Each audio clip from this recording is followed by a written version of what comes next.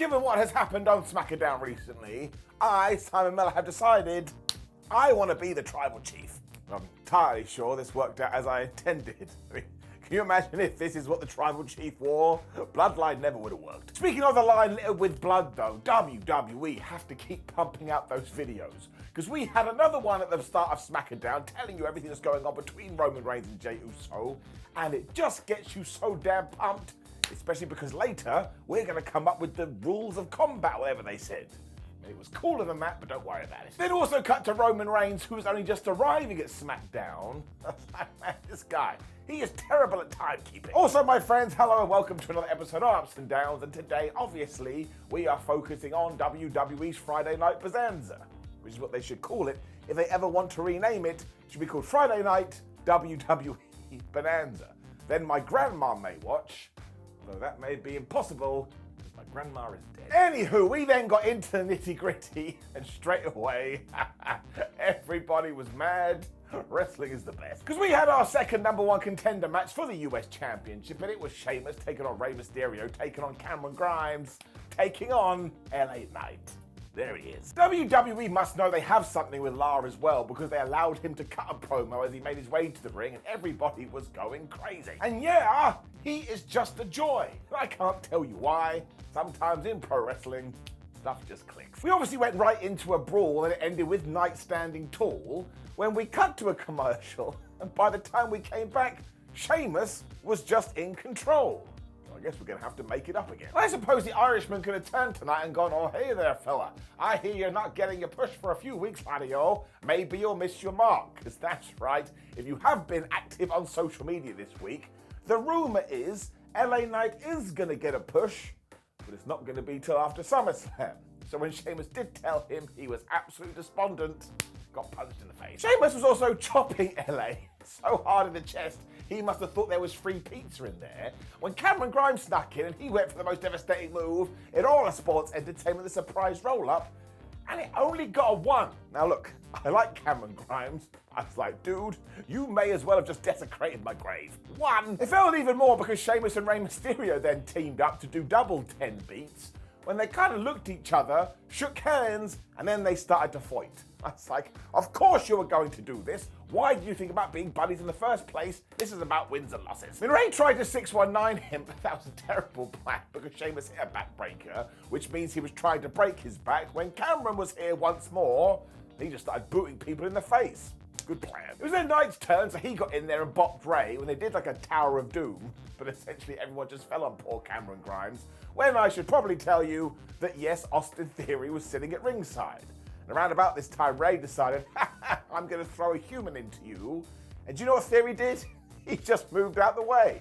It was the smartest thing I've seen in ages. We then got into the near falls, and to be fair, I didn't know what direction we were going to head in, so WWE had done something right when Knight slammed Sheamus 1-2 kick out. These fans were pissed they wanted it. Ray then hit the 619, but Austin Theory was so mad about what had happened all of 2 minutes ago, he pulled him out the ring, and of course you do not get a disqualification because it's a 4-way. But if that's the case, and they're the rules, why didn't somebody just come in there with a gun to start things and get everybody to lay down on the floor and pin them in seconds? Like if Cameron Grimes was packing, he probably would have been victorious. This is when Santos Escobar ran out to help his friend, and him and Austin Theory basically battled out into the crowd. Well, yeah, Rey Mysterio hit the Hurricane Run on Cameron Grimes. He got the 3. Once again, everybody was super duper upset. Now look, I don't want to look past the fact that it was nice Ray got a win, because WWE never gives him a win, and he's a legend and he deserves more respect. And I also thought this was a super duper fun match, so I'm giving it an up. Stupid hair is getting in my eye. However, I do totally believe that after the pay-per-view premium live event, WWE is going to push LA Knight. And you want to know why? I think this because they have restored my faith, given everything they've done with the Bloodline. They've never steered me wrong. But you are still allowed to be disappointed when you have someone like LA Knight who just gets bigger reaction after bigger reaction and is the #1 merch seller at the moment, and you sit down to SmackDown, you watch going, well, I'm sure he is going to win, and he didn't really lose, but it still ain't the perfect end. Also, I could die tomorrow. That could happen, which means I will never get to see the LA Knight push. Sometimes things are just presented to you on the table and you have to shift and move and go, let's call an audible and change our plans. especially when it's in the mid-card. That's the whole point. You can have your main event storyline and be like, we cannot change anything here, but in and amongst the card, well, we should be having more fun. So you see where I'm going with this. It's getting it down. Now I have to try and stay alive. We also cut to Austin Theory after this, who was backstage with Adam Pearce, and he was all like, I want a non-title match with Santos Escobar, although his voice didn't go that high. And because Adam never says no, we're going to get it later. We then had a video reminding you that Brock Lesnar wants to kill Cody Rhodes, and Cody will address that come Monday night, when from nowhere, it was Charlotte Flair versus IYO SKY. Where'd that come from? Now, earlier in the day, WWE had tweeted out that our match at SummerSlam was going to be Charlotte Flair versus Asuka versus Bianca Belair for the Women's Championship. And at first I was like, this is so disappointing. Why are you just throwing it out there? However, there is some more rumors that maybe, just maybe, a few people on this show did get ill beforehand, so we had to switch things around. And as health and fitness is the most important thing, let's just go with it. I did like the fact this match got some solid time too, but I'll be the first to admit it didn't really click. I mean, maybe they were only told about it last minute, but there was just something off about it, although ultimately, well, I thought it was pretty good. They also did some cartwheels to start off to show they are on the same level, and that's flippy dippy doo-dah power. When Flair hit this awesome crossbody because she is good, and IYO SKY came back with a drop kick, I was like, yeah, there's some wrestling. Sky also went after Charlotte's leg because she is smart, and she was like, if you don't have a leg, or I rip off your limb, you're probably not going to be victorious here. And the whole time we had Bayley on commentary, which is also a joy, doubly this week, because apparently she had a little bit of an injury scare at a house show in the week, but it looks like she's going to be okay. Fingers crossed. As she was there too, at one point Charlotte looked at Bayley and Bayley looked at Charlotte, because that's what you do in wrestling to get super serious. And also it worked, because Flair and Sky were on the top rope, and because there was another human being on the outside of the ring, the Queen totally forgot what she was doing, got thumped. It also led to this great near fall after the Bomb of Power, when the shenanigans doubled, because a Shotzi video just randomly started to play, and she's crazy now. She's like, oh, Bayley, I'm gonna kill you, you need to be worried about me. And my big question is, was Shotzi in the production truck just putting buttons? And if not, who the flub put this on? It freaked out Bayley so much he basically left, and of course IYO SKY was like, what are you doing? You're meant to be my friend. Which is when Charlotte went for a moonsault and missed, so IYO SKY went for a moonsault and missed. I was like, at least there's balance in the force. We were then going for the most devastating move in all of sports entertainment, but that didn't work, so I was like, what the hell is happening? How has everybody forgotten to do this? We did get a spear for a 1-2 kick out. That was a good false finish. Sky also reversed all this into a German suplex and followed that up with a stomp.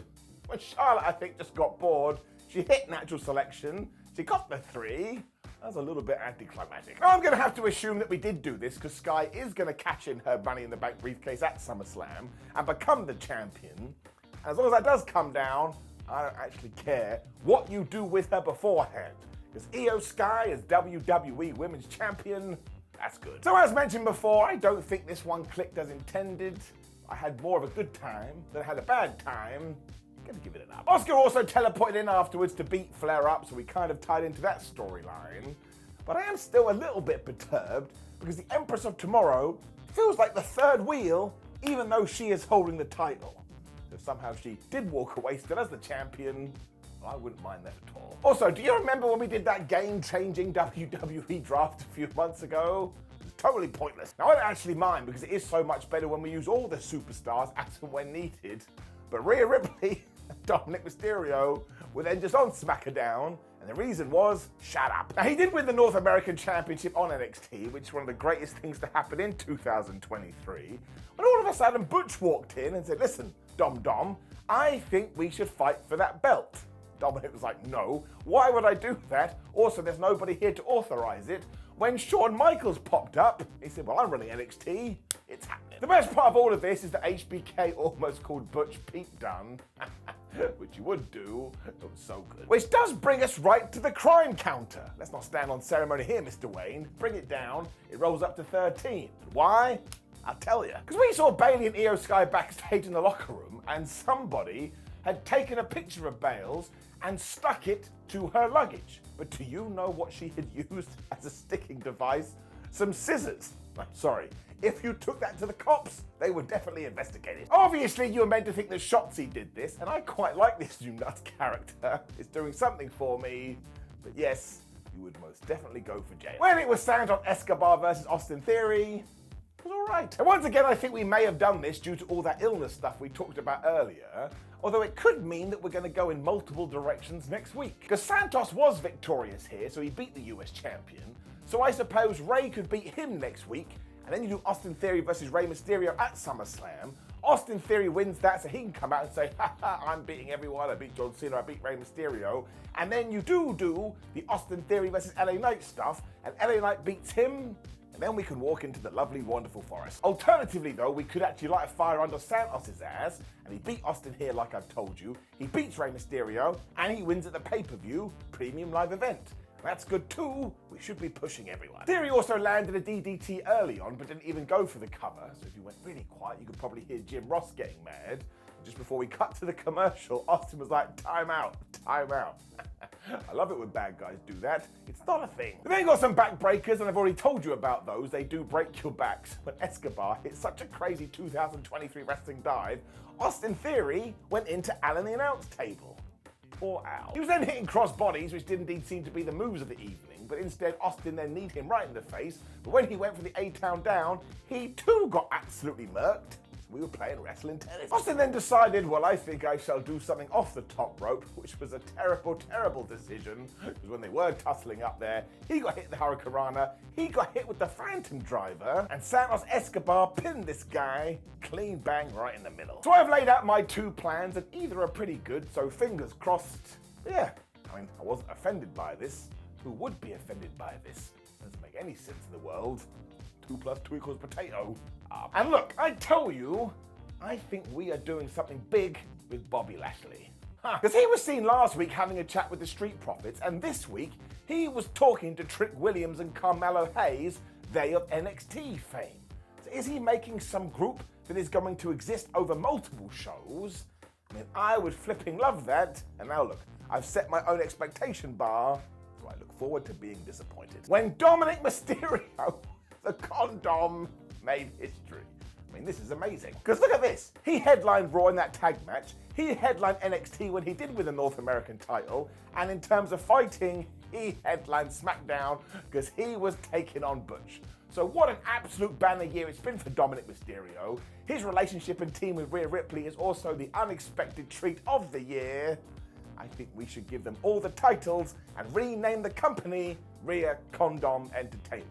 Absolutely do not do that. The only real issue with this too is that nobody in their right mind thought that Butch was going to win, because you ain't going to start hot potatoing around this championship. Otherwise, they did have a good match that was just filled with absolute nonsense. Because at one point, Rhea was just like, hey Dom, why don't you use a chain, which is perfectly normal behavior, which is when Ridge Holland came out and said, excuse me, that's my brawling brute buddy, I purchased him from Toys R Us, I don't think you should be using a damn chain. All of a sudden, Pretty Deadly were here though, and Kit Wilson was pushing Elton Prince in a wheelchair. And do you know what they have dubbed the wheelchair? Don't forget, any sane human being will always name inanimate objects. They are calling it Prince William. So that's it. Somebody give them a damn award. It didn't help as Butch reversed the 619 as he kicked Dominik Mysterio's ass. But on the outside, Kit Wilson was like, haha, I'm gonna hit Ridge Holland. But when he did do that, he got so scared, he just abandoned his partner, who was left there in Prince William. Of course, he legged it too, though, because he doesn't need to be in a damn wheelchair. He's got a shoulder injury. So once again, Pretty Deadly, they tickle me deep down in my tum-tum. Of course, the referee was totally bamboozled by this, because he cannot handle other things happening outside of the squared circle, which is when Rhea Ripley gave the chop block to Butch. So Dominik grabbed him, he threw him into the ring post, and he just pinned him 1, 2, 3. So this guy never wins fairly. He always cheats. That's why I'm massively in love with him. And he should keep this title till 2047. I'm not kidding.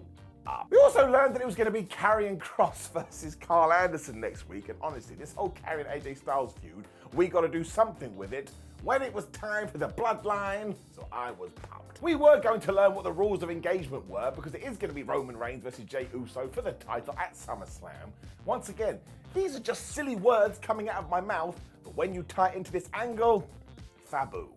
Shouldn't have done the chef kiss thing. It was basically a contract signing, so they were both sat down. This was very apt for Roman Reigns, because he is the head of the table, and he likes chairs. And he turned to Jay, and he was like, hey, do you still want to do this? And Uso just went, no, I don't, and they hugged. So I guess that's the end of it.